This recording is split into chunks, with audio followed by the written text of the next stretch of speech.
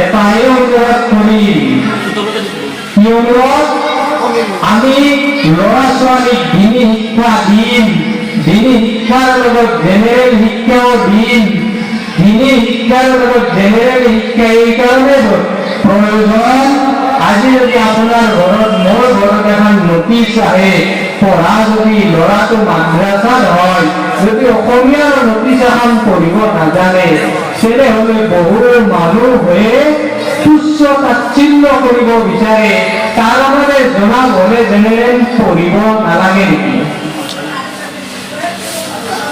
আজি আমাৰ ছোৱালীটো যদি বানাতক দিওঁ, ছোৱালীটো যদি আপুনি পৰদাত ৰাখে, আপুনি নাভাবিব ছোৱালীটো লেবটাৰী পঢ়িব নোৱাৰিব বুলি, ডক্তৰ হ'ব নোৱাৰিব ন। এই কথাটো আপুনি যদি ভাবে, তেনেহ'লে এইটো গলত হয়।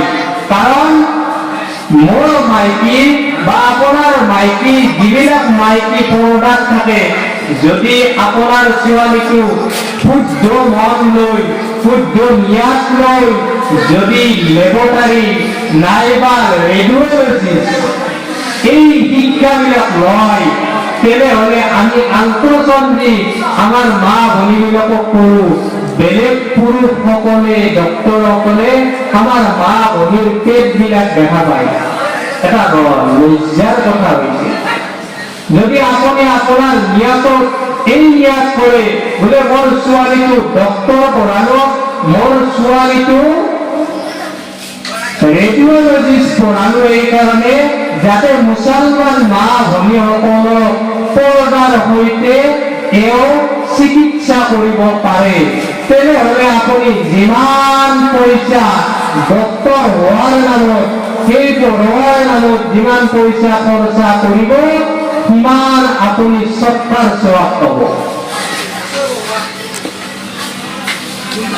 আমি মাত্ৰ নিয়াতক গলতি হয়েছে, যার কারণে সওয়াবত আমার কমি হয়েছে। আপনি যদি নিয়াত করে ইয়াত বহি 26 নম্বর পারাত একটা আয়াতত লিখিছে, যদি মানুষ গুনাহ কৰি কৰি লাষ্টত ঘূৰি আহে, ইল্লা মান তাবা, যদি মানুহজনে তওবা করে, নতুন করে ঈমান আনে, নতুন করে আমলে সালিহা করে, আল্লাহ তাবারক তাআলা কইছে তার পরবর্তী গুনাহসমূহ মই নেকিলৈ পরিবর্তন কৰি দিও। কিয়?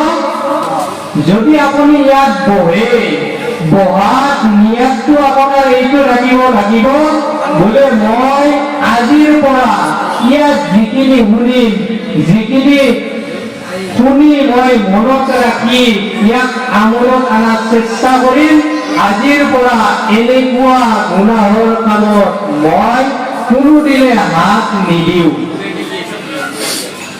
যদি এইটো নিয়ত কৰে, সেইবিলাকৰ আল্লাহ তাবাৰক তাআলাই পৰৱৰ্তী গুনাহবিলাক নেকিত পৰিৱৰ্তন কৰে।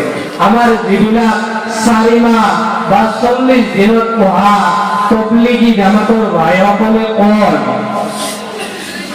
এই মজলিছত বহিলে আপোনাৰ গুনাহ মাফ হোৱা মজলিছ। যদি মজলিছত আপুনি একো নিয়াত নকৰাকৈ পঢ়ে, তেনেহ'লে গুনাহে কবিৰা মাফ নহয়। আপোনাৰ সগীৰা গুনাহ মাফ হ'ব পাৰে, গুনাহে কবিৰা মাফ নহয়। আপুনি মজলিছত বহাৰ লগে লগে আপুনি তওবা কৰিব লাগিব। বহাৰ লগে লগে আপুনি মনত ভাবি ল'ব লাগিব, বোলে আজিৰ পৰা মোৰ মা ভনী, মোৰ ছোৱালী মই পৰ্দাত ৰাখিম, পৰ্দাৰ বাহিৰত নেনো। পৰ্দা কি? বৰষা পিন্ধাৰ নাম পৰ্দা নহয়। আপুনি যদি ভাবি আছে বৰষা পিন্ধাই পৰ্দা, আজিকালি প্ৰায় ছোৱালীয়ে, যিবিলাক আমাৰ দেখা পোৱা যায়, প্ৰায় বাংলাদেশত এনেকুৱা দেখা পোৱা যায়, তাইক বৰষা পিন্ধিও পৰ্দা কৰিছে। এইটো পৰ্দা নহয় ভাই। পৰ্দাৰ নাম হৈছে আপোনাৰ দেহটো যিকোনো কাপোৰেৰে ভালদৰে আৱৰাৰ নামে পৰ্দা।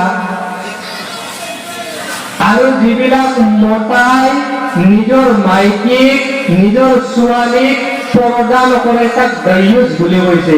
সেই দায়ুচক হাদিছত কৈছে আদ-দায়ুচ লা ইয়াদখুলুল জান্নাহ, দায়ুচ কোনোদিন জান্নাতত নাযায়, দায়ুচে কোনোদিন জান্নাতত নাযায়। আপুনি 50 বার হজ করুন, আপনি যদি আপনার মাইকী ছোৱালীক যদি বেপৰদাত ৰাখে 50 বাৰ হজ কৰক, দিনত 5 ওয়াক্তৰ জায়গাত 10 ওয়াক্ত নামাজ পঢ়ক, দিনত আপুনি 1000 টাকা জাকাত দিবা লাগিছিল, আপনি 2000 টাকা দেওয়ার কোনো ফায়দা নহয়।